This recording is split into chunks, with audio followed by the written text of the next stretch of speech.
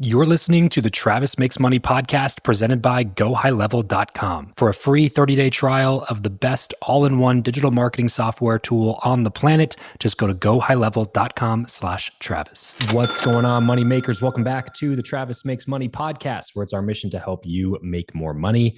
If you're new to the show, we release brand new conversations with unconventional money makers every single day of the week. You might be listening to this maybe on another feed or something like that. So if you haven't yet, please be sure to go to your podcast app of choice right now. Follow the show, subscribe right now so you never miss an opportunity to make more money. And while you're there, leave us a quick rating and review because it really does help out the show tremendously. Today, we're going to be talking a little bit about real estate, multifamily, farmland, commercial assets, things like that with my new friend, Elijah Young. Elijah is a real estate investor, entrepreneur, former business owner who's actively invested in $40 million worth of real estate across multifamily, farmland, and commercial assets. He built and sold a seven-figure waste management company before transitioning full-time into real estate syndications. And now he's the CEO of Legacy Way Holdings and helps business founders and high net worth individuals preserve and grow their wealth through strategic real estate investments. So he's kind of ran the gamut, being an entrepreneur, having a seven-figure waste management company, exiting that, selling that, taking that money and parking it into something like real estate. So we're getting some really good stuff here. Without further ado, Elijah, what's up, man? Welcome to the show. Thank you, Travis. Appreciate it. Glad to be here. So, first dollar ever, Elijah. Tell me how you made your first dollar ever, and then we'll get into how you made your most recent dollar. Yeah, I was man, first dollar. I was probably working for $2 an hour for my dad. My dad was a blue collar Nice. guy, builder, and helped him out as a kid in the summers and hated every minute of it. Did a man when I was 16, I think I did a little bit of lawn care. Uh, had a job in agriculture. Man, I've done a bunch of different stuff, but Yeah. It sounds like we had a similar upbringing in that regard. My dad was a real estate agent. And so he'd always do, he was always buying houses and flipping or helping investors flip or whatever. And then we had a house with a couple acres and there was always yard work to do. So I was always doing manual labor at a young age, most of the time for free. But if I like wanted to do something in addition to get some extra cash, they'd be like, all right, well, here's $3 an hour. And go do backbreaking manual labor in the backyard. It's always on the table. yeah. So tell me how you made your most recent dollar. That'd be well, I've got a number of passive investments, and so the most recent dollar would have been some mailbox money, some checks from properties I've bought in the past. So those are Nice. fun ones too. Mailbox money, bro. That's where it's at right there. Is that why Absolutely. you ended up getting into real estate after you sold the company? It is. As an entrepreneur, you got your head down, you're on the grindstone, you're trying to run the day-to-day of a business and be an operator. And I find most people don't have the time to truly invest like they should. They don't have the time to do the research. And so that's what we offer is a way for business owners to invest without taking their head out of their Yeah, business and getting involved in a whole nother world. It's sure. real estate. People talk about real estate like it's just this magical passive income thing. It's a business, Oh yeah. and people that don't treat it like a business go broke. So we try to Yeah. offer a responsible way to invest in a semi-passive. Don't get me started on the passive income word term, but Yeah. semi-passive anyway. Yeah, be very clear from the outset. There is no such thing as passive income. It Yeah. is it's a fairy tale. It's believing in Santa Claus. It does not exist. Semi passive income, absolutely, And but the problem is that it makes people think that they can just like park their money with people and not have to think about it at all. And it's like, look, if you're looking at giving even somebody that's as trustworthy and as credible as Elijah some of your hard-earned money, you should probably know a little bit about what you're putting your money into. You should probably be able to at least low key vet the deal or figure out how to get ChatGPT to help you underwrite the deal yourself. Like figure out something about like you're going. My point is like even if it's completely quote unquote passive, meaning that you're investing into syndication like this and somebody else is managing it, you should still have an idea of what's going on with your money. You can't just expect that you can just write a check and get happy payments and never have any disruptions or never lose any money, because that's just not how money works. So if you give it attention, you'll find that it gives you more attention. It's a relationship. Yeah, absolutely. That's sort of what we try to focus on is educating our investors so they can make educated decisions based on what they want to do. What the really any investing decision boils down to what do you want to do with your time? Yeah. And so we try to help people just make the decision whether investing in syndication is right for them. There's risks, and we try to just be upfront with that. Yeah. Some people Yeah. aren't, but There's risk involved in everything, even the low risk stuff. It's called low risk. It's not called no risk. It's called low risk. There's going to always be risk when you're making some of these investments. So you owe it to yourself, to your family, to your future to try to know as much about these things as you can, so that you can at least find the right people to help you with managing that finance that money. So let's talk about the waste management company, bro. Like, how did you even get started doing something like that? How old were you at the time? I was 18 when I got started. Okay. And Were you trying to go to college, or was it just like that wasn't on the table and you were just doing something on the side to make some cash? Like, how did it start? it was, for some reason, college never entered the picture for me. I always wanted to be an entrepreneur, own my own business. It was never a realistic option. And so literally when I got into waste management, the entire thought process was what's something nobody else wants to do? I'm gonna get really good at that Yeah. and make good money that way. And there's probably better, easier, faster ways to get wealthy, but as far as a surefire way to do it, no matter what your IQ is, that's gonna work. Yeah. Um, Well, and that's a that was fantastic insight to start with right there. Is that I had this like misconception growing up, man, where just because I didn't know anybody who was running $1 million businesses. And so I just kind of like looked at it like you got to be like an inventor if you want to make money, if you want to be a millionaire. Like you have to invent Angry Birds or Facebook, or you gotta figure out this new contraption that hooks to sunglasses and make prevents them from falling off your face or whatever. And it's like actually the majority of millionaires are doing exactly what you just said. They're going into these legacy industries that have always been and will continue to be around. They're solving problems that everybody knows that we all have.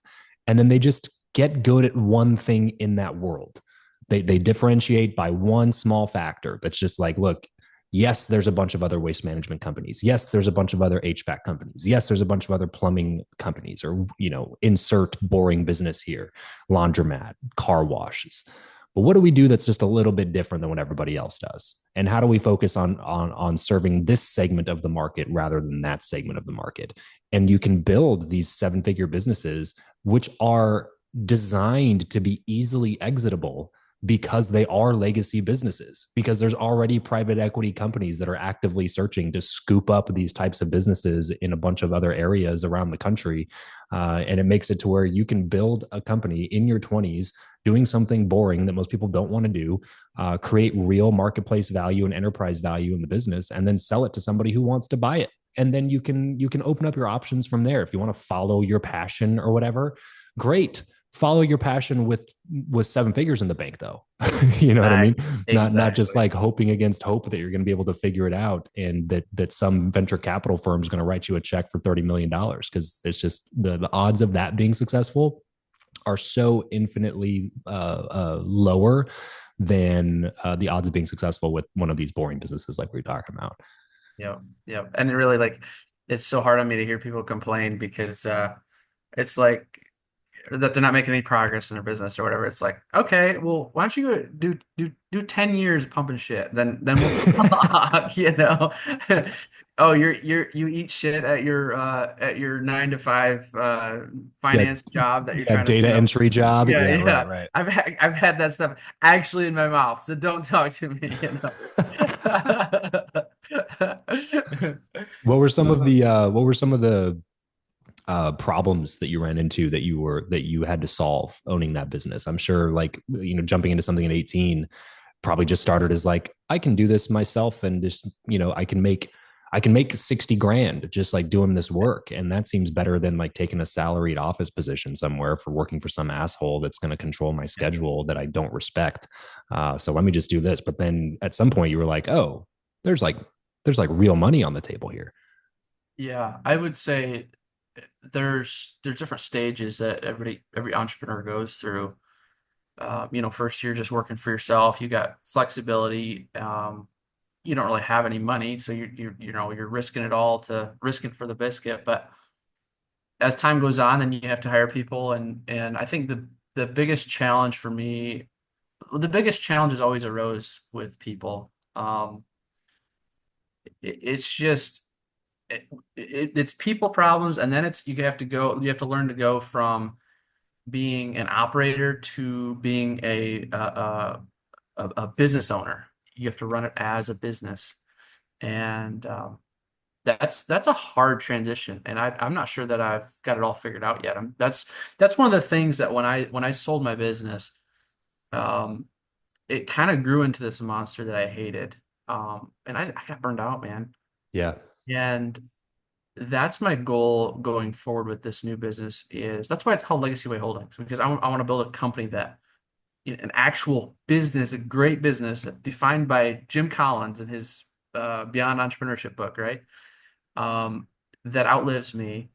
And so it has to be sustainable. So every decision that I make in Legacy Way Holdings is based on, is this sustainable? Is it scalable? And it, dude, I don't know. There's so many lessons that I take from the old business that apply. It doesn't seem like it would be. It's such a different business, but it Yeah. applies. Business is business. Well, I was going to say the bottom line is if you're an operator, you're an operator. It doesn't matter the business model. It just, you switch to a different business. Like the principles remain the same. Like like what you're saying with hiring people or something. Like you don't realize that when you start a business, you're going to end up being like a therapist. You know what I mean? Like you don't Yep, realize you're going to 100%. be a mediator. You're going to be like solving interpersonal relationship problems with employees that are mad at each other for something that you're like, wait a second, are we adults here? I thought that we were adults. I didn't realize we were in junior high still. But interpersonal dynamics are always something that you're going to have to learn how People to are deal messy. with. Yeah, you just like you get in the mindset of thinking like, well, everybody's just going to be like me. You know what I mean? And then you get into doing it, and you're like, oh, that's not how it works. Oh, and people can't read my mind? What? Yeah, Yeah. yeah. Or like, bro, my wife, God bless him. I'm sure he's going to thrive in another career somewhere. Super nice kid. But we have this acai bowl shop in Las Vegas, and my wife runs point on that. And she was training this new guy this week, and it was just like the littlest things that were just you would think are just complete common sense. And she ended up letting him go on day 2 of training, because it just was like, there's going to be so many things that we're going to have to teach this kid that, but we just don't have time to. And there's other people that can do this. Like I said, it's some of those some of those things you're like, wait, what? You don't know? Like, yeah, you're going to have to, you should clean up after yourself. This is a food establishment. What do you like? You can't Right. just leave a mess right here. What are you doing? You know? And again, he had great communication skills, and he's young, 18-year-old kid. I'm sure he'll do really well in whatever he ends up doing. I told her, like, you should just tell him to get into sales, because he needs to just be talking to people and not actually like cutting fruit and doing some of these other things that were like, Yeah. there was such a disconnect. And they're like little things like that you don't think about being a business owner, that you're going to have to learn some patience. You're going to have to learn how to teach people. You're going to have to learn how to teach people things that you didn't think you were going to have to teach people. And if you don't take the time to do those things, those can literally be the things that disrupt your entire business. You know what I mean? Like imagine imagine a health inspector comes in and there's messes all over the kitchen because somebody wasn't trained properly that they have to clean up their messes, because you just don't think that I have to train them to clean up their mess. This is a kitchen, of course you got to clean up your mess. You know what I mean? But yeah, you're gonna have to do a lot of work that you don't think that you're going to have to do. But that's part of what you're signing up for. You know what I mean? There's a lot of great things, a lot of pros to be an entrepreneur, but there's also a lot of cons that come along the way. Yeah. Yeah. And I think probably, I don't know what percentage of small businesses fail, but um, you know, it's a high percentage that fail, but that statistic doesn't even include the ones that are surviving but are miserable, right? Like Right. there's so many there's so many small business owners that are just yeah, just barely paying the bills, and they hate it because they're the ones on call all the time. They're the ones getting calls. They own a job. Exactly. That's all it is. Yeah. It's like you get to sign your own paycheck, but your clients control your schedule still. Yeah, yeah, you become instead of working for a boss, you work for your employees, right? Right. Right. That's the worst. Yeah. Well, and um, like that some of the things you're talking about with hiring somebody that can't figure things out or whatever. It's like that becomes really, really important when you're in the finance industry where mistakes matter not only from uh, everything from compliance to keep tracking everything. Reputation is everything. right. Um, so that's one thing. Probably one of the biggest lessons that I've learned and I'm still learning is hire slow, fire fast. I've had employees that I kept around for too long, multiple times. Yeah. You want to be the nice guy, and they're nice people. They're doing their best, but they're Mhm. just not performing. And sometimes Yeah. those people, or they're toxic, just toxic to the culture. Yeah. That's you got to do it, In and the that's one of the big challenges of being a business owner is knowing when to fire. Yeah, if that I literally had that conversation with my wife when we were first getting started, because there was a couple people that she just like kept complaining about, and I was like, babe, you got to let go of them. Yeah, And like, I know they're a nice kid, I know, but ultimately, if they're not doing the job, they're not doing the job, and there's somebody else out there that you could be giving this opportunity to that's going to thrive. So it like the problem is that we don't want to be the bad guy, but it's bad for all people involved, including the person that you're stringing along. you're not Like being that fair to person, them. like I told her, I was like, this guy, like I come from a door to door sales background. I was like, that guy would go crush in door to door. Like he needs to be in a different opportunity vehicle to one that is going to maximize his strengths currently, and this is not that vehicle for him. And props to her for making the decision to let him go in day two. So I was like, you fire fast and then go find somebody else who's going to thrive in that position. Yep. You're holding the business back, you're holding yourself back, because you're spending way too much time with this person when you could be spending that time with somebody else who's going to catch on quickly, and you're preventing that person from moving on and finding another opportunity that they're going to really thrive in anyway. So it's Exactly. bad all the way around for everybody. It's just really uncomfortable. You know what I Yep. mean? Yep. Yep. But everything Absolutely. you want, man, is on the other side of an uncomfortable conversation. Yep. So you just Absolutely. got to have it and be willing to move forward. So I'm curious why you ended up choosing this particular path after you sold the waste management company. Why not get into like another services business, or why not get into private equity, buying portions of service based companies that you could add value to from a consultant basis? Why did you move into this brand new kind of field for you, which would be real estate syndication? Yeah. Well, I dabbled a little bit in real estate before. I still own some properties that I've just my wife and I bought together Okay. years ago, probably 8 years ago. I think we started buying farmland. Wow. And the thing that I like about syndication is, well, I love real estate in general, the opportunities that are there. Um, but syndication to me offers scalability. It offers an opportunity for anybody to get involved in the deals that we're doing. So, like, I love that I can offer other business owners these opportunities to make, whatever, 15 to 20% returns. Uh, you're not going to get that on the stock market Yeah. consistently. You're definitely Uh, not going to get the tax depreciation of the stock you're market. not going to get the tax advantages. The tax advantages is a big reason why I love real estate. Um, and syndication's fairly flexible from the standpoint you could have, one big family office as an LP, or you could have 20 individuals as LPs at 100,000 minimum investment. But um, yeah, there's just flexibility there. I found that real estate was a good vehicle for um, tax deferral. Yeah. And so after I sold the business, um, I used real estate to offset basically all of my gain from that. Hmm. And so that's huge, right? Um, and I don't know. We may end up doing some more with service businesses. I don't know for sure yet, but for now, my focus is 100% on legacy holdings. So, Yeah, where do um, you where do you see what do you see that's different now? I know commercial real estate in general has just been squeezed in the last 12 to 18 months. A lot of short-term loans were given out to a lot of syndicators who were hoping to refi in 3 years, and then 3 years ended up coming around the corner, and now all of a sudden it's a wildly different interest rate environment. And now all of a sudden you can't make the payment on the property because your refi took you from a 6% interest rate to a 10% interest rate. What are you seeing right now in commercial real estate that is things that you're actively trying to combat while you're picking up new deals and raising money from new investors?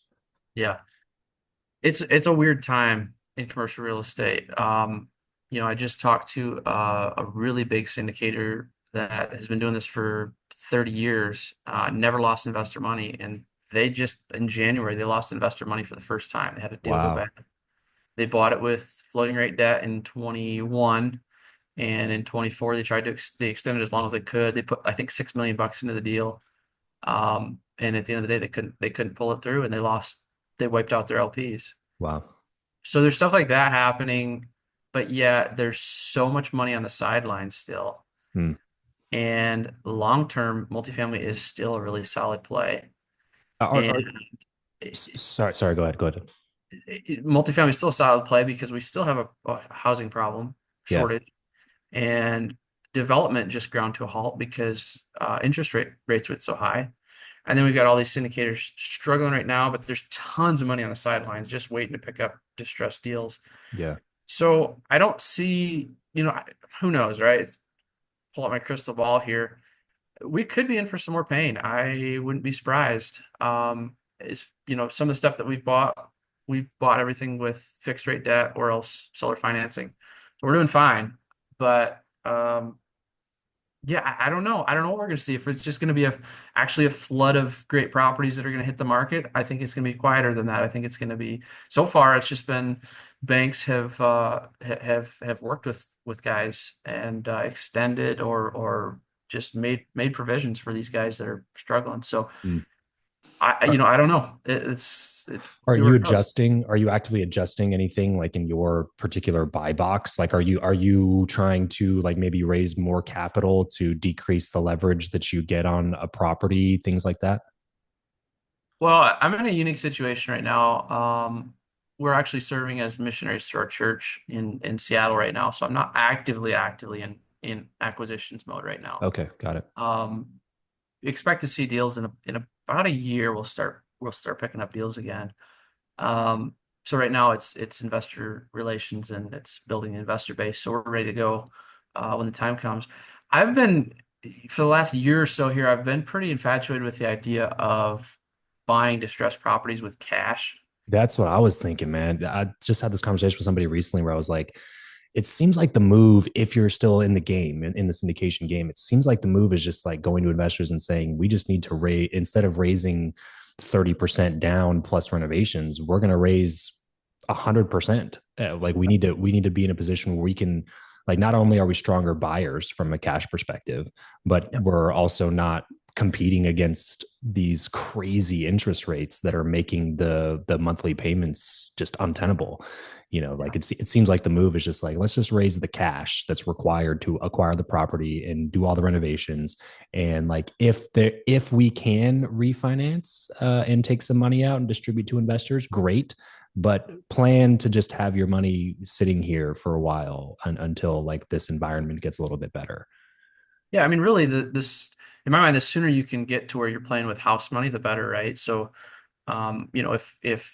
if we can buy, it's hard. So buying with cash, your returns aren't going to be as high as when they're plumped up with leverage. Leverage is always cheaper than equity. Sure. Um, and so, but when cap rates are when you're working with a negative cap rate, versus your interest rate, to me, it seems like a viable option. We'll see. We'll see where Yeah. we go with that. The answer is we'll It's an see. idea I've Yeah. had for a while, and it's not an investment vehicle for everybody, right? There's a certain investor out there that's looking for that specific investment vehicle for a certain part of their portfolio, Yeah. and so it's a matter of finding those people and who are willing to sacrifice short-term returns in order to for long-term gain and risk mitigation. All your complexity comes in when you introduce leverage, and all your risk is associated with the leverage. Yeah. And so I don't know. I love the idea of buying something with cash and refinancing as soon as you can get everybody's money out 100%. Say Mhm. maybe that is 5 years down the road, but say 3, 4, 5 years down the road, you can refinance.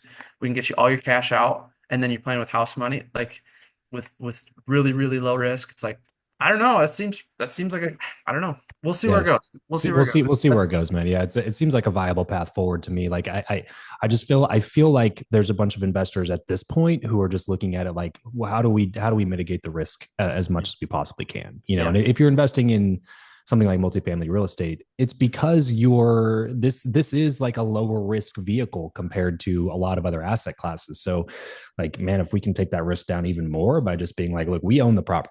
Like the banks, there's no risk of the bank taking this from us because it's ours. The only risk Yep. is that like the cap rate's going to be lower and maybe we can't give you monthly payments or quarterly distributions for the first 2 to 3 years until we figure out what this is going to look like. However, we own the property free and clear. Mhm. And in a decade, it's for sure going to be worth more than it's worth right now. So let's just hold on for the ride and just treat this as like your long-term investment vehicle to shelter some assets somewhere, get some tax benefits in the meantime, Yep. and let's just be along for the ride. Yep. Yep.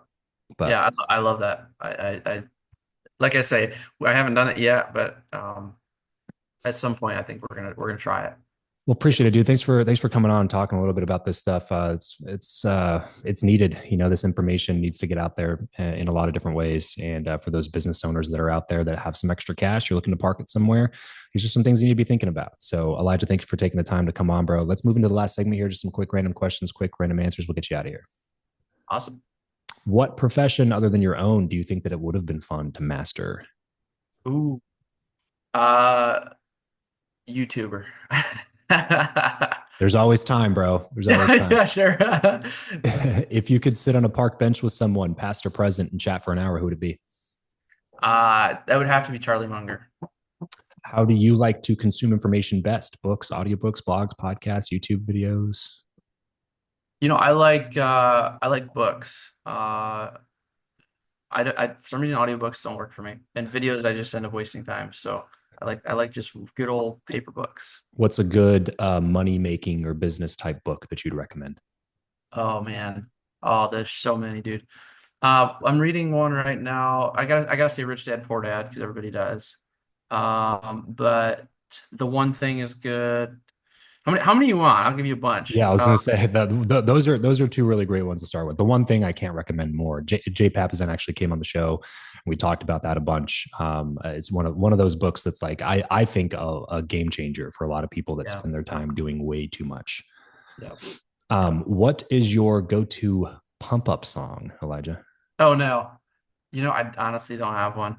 Yeah, you're Honestly, more of a consumer of like information than music. sadly, I'm in the gym listening to podcasts all the time. I'm that guy.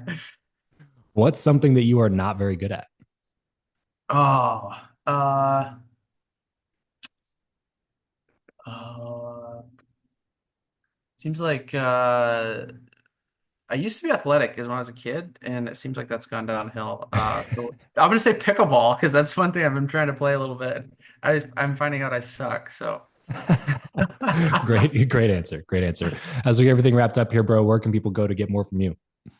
LinkedIn is a great place. My website is legacywayholdings.com, and yeah, LegacyWayHoldings.com. Go check out Elijah on LinkedIn. That's Elijah Young. IUNG, not YUNG. Elijah Young over on LinkedIn. Go check out some of the stuff he's putting out there. If you're interested in real estate syndication, you got some questions for him, hit him up over there.